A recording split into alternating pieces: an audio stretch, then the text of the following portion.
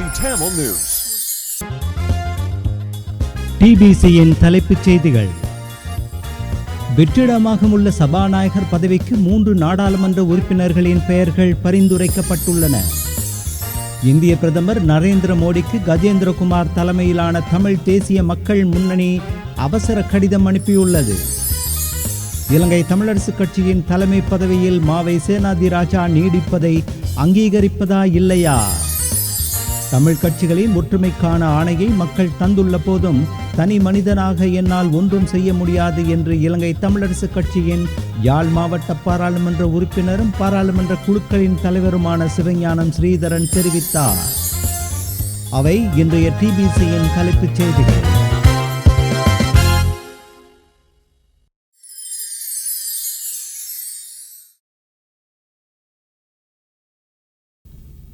வணக்கம். நீங்கள் இணைந்திருப்பது டிபிசியின் காலை தமிழ் செய்திகளுடன். இனி விரிவான செய்திகளை பார்ப்போம்.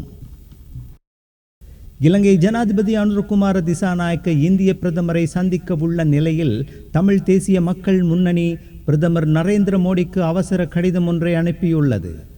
குறித்த கடிதத்தில் இலங்கை நெருக்கடிக்கு முகம் கொடுத்திருந்த வேளையில் உதவிக்கரம் நீட்டியதன் ஊடாக பெரும்பான்மையான சிங்கள மக்கள் மத்தியில் இந்தியா நன்மதிப்பை பெற்றிருக்கிறது. எனவே இனப்பிரச்சினைக்கான தீர்வாக ஒற்றையாட்சி கட்டமைப்புக்கு உட்பட்ட முன்மொழிவுகளை நிராகரிப்பதற்கும் அதற்கு பதிலாக தமிழர்களின் சுய நிர்ணய உரிமையை அங்கீகரிக்க கூடியவாறான சமஷ்டிக் அரசியலமைப்பை கோருவதற்கும் தமிழ் மக்களுக்கு அவசியமான ஆதரவினை இந்தியா வழங்க வேண்டும் என்று வலியுறுத்தப்பட்டுள்ளது.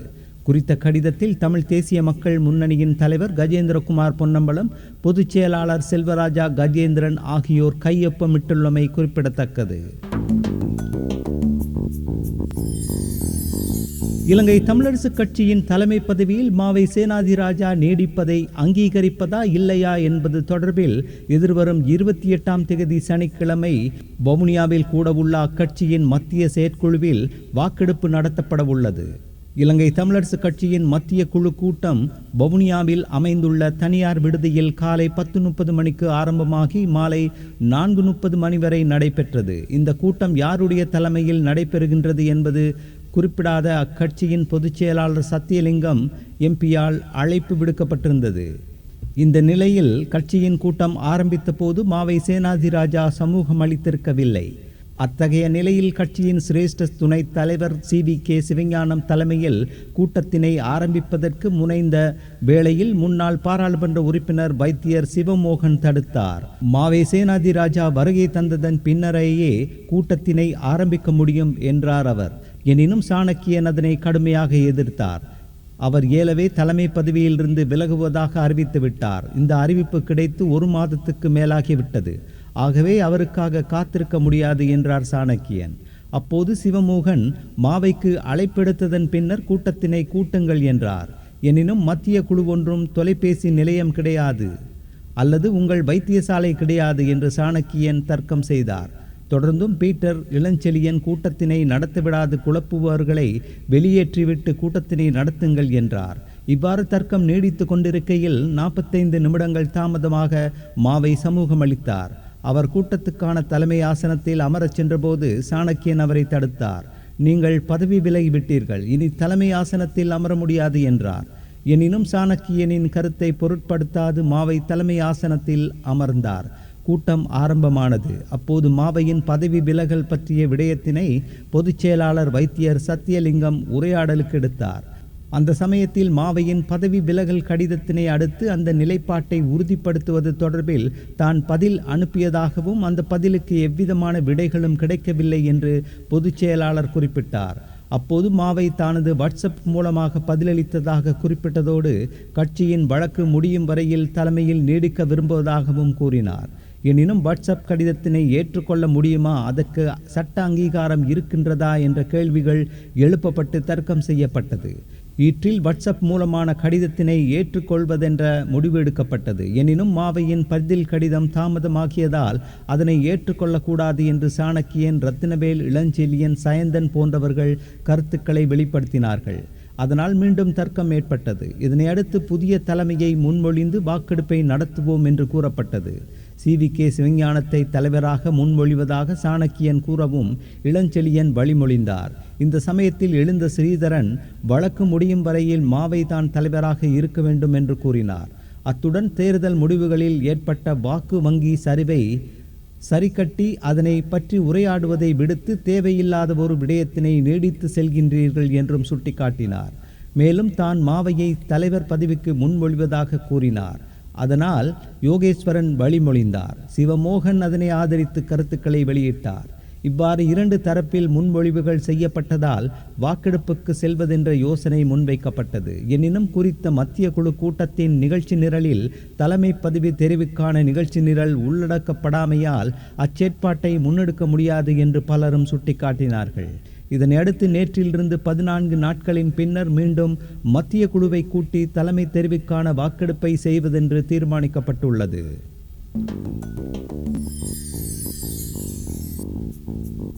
தமிழ் கட்சிகளின் ஒற்றுமைக்கான ஆணையை மக்கள் தந்துள்ள போதும் தனி மனிதனாக என்னால் ஒன்றும் செய்ய முடியாது என்று இலங்கை தமிழரசு கட்சியின் யாழ் மாவட்ட பாராளுமன்ற உறுப்பினரும் பாராளுமன்ற குழுக்களின் தலைவருமான சிவஞானம் ஸ்ரீதரன் தெரிவித்தார்.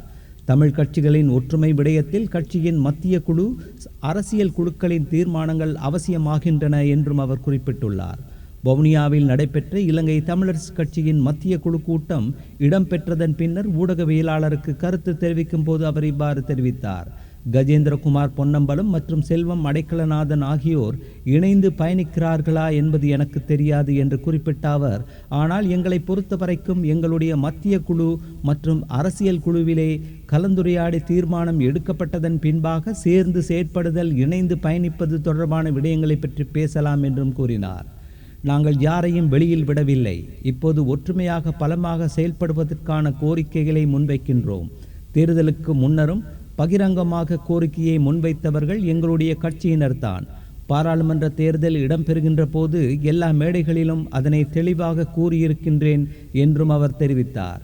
எங்களுடைய கட்சியை பலப்படுத்துவதற்கும் கூட்டமைப்பை உருவாக்கி மக்களிடம் கொண்டு செல்வதற்கான ஆணையை தாருங்கள் என்று கேட்டிருந்தேன். அந்த ஆணையை மக்கள் தந்திருக்கிறார்கள். எனினும் தனி மனிதனாக நான் அதனை செய்ய முடியாது. மத்திய குழு மற்றும் அரசியல் குழுவின் கூட்டு முடிவின் பிரகாரம் அந்த ஒற்றுமைக்கான பாலத்தையும் பயணத்தையும் மேற்கொள்வோம் என்றும் அவர் நம்பிக்கை வெளியிட்டார்.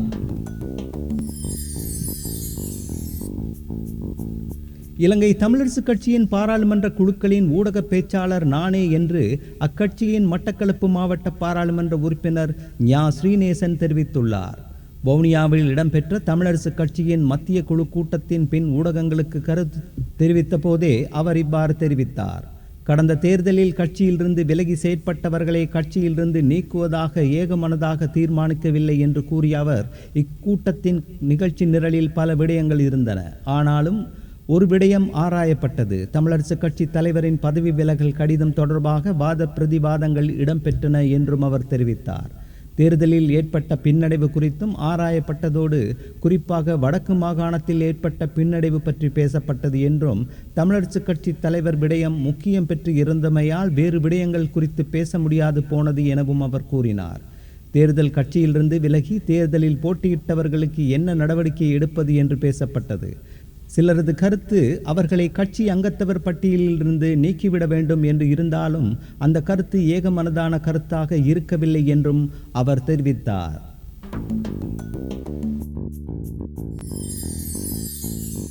கனடிய வெளிவிவகார அமைச்சின் அழைப்பில் இலங்கை தமிழரசு கட்சியின் யாழ் மாவட்ட பாராளுமன்ற உறுப்பினரும் பாராளுமன்ற குழுக்களின் தலைவருமான சிவஞானம் ஸ்ரீதரன் ஒட்டோவா நோக்கி பயணமாகியுள்ளார். இந்த பயணத்தின் போது கனடாவின் வெளிவிவகார அமைச்சர் இந்தோ பசிபிக் பிராந்தியங்களுக்கான பிரதி அமைச்சர் வெல்டன் எஃப்.ஐ சந்தித்து உரையாடவுள்ளார். இந்த சந்திப்பு ஒட்டோவில் உள்ள வெளிவிவகார அமைச்சின் அலுவலகத்தில் நடைபெறவுள்ளது. அதன்போது பொறுப்பு கூறல் இந்தோ பசிபிக் பிராந்தியத்தின் சமகால அரசியல் சூழல்கள், தமிழ் மக்களின் நெருக்கடிகள் உள்ளிட்ட பல விடயங்கள் தொடர்பாக பேசப்பட உள்ளதாக தெரிவிக்கப்படுகிறது. கனடிய பிரதி அமைச்சருடனான சந்திப்பின் போது இலங்கை தமிழரசு கட்சியின் திருகோணமலை மாவட்ட பாராளுமன்ற உறுப்பினர் சண்முகம் குகதாசனும் பங்கேற்க உள்ளார். இதேவேளை எதிர்வரும் 23ஆம் தேதி வரையில் கனடாவில் தங்கியிருக்கவுள்ள ஸ்ரீதரன் எம்பி அங்கு பல்வேறு தரப்பினரையும் சந்தித்து உரையாட உள்ளமை குறிப்பிடத்தக்கது.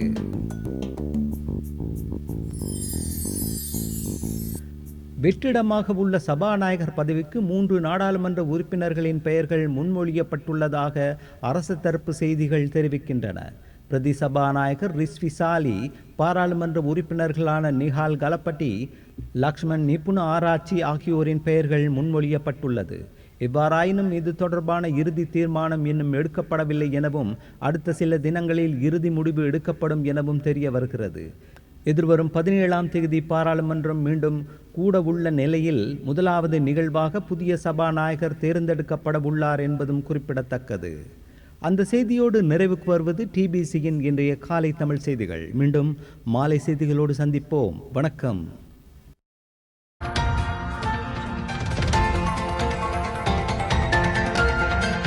TBC Tamil News.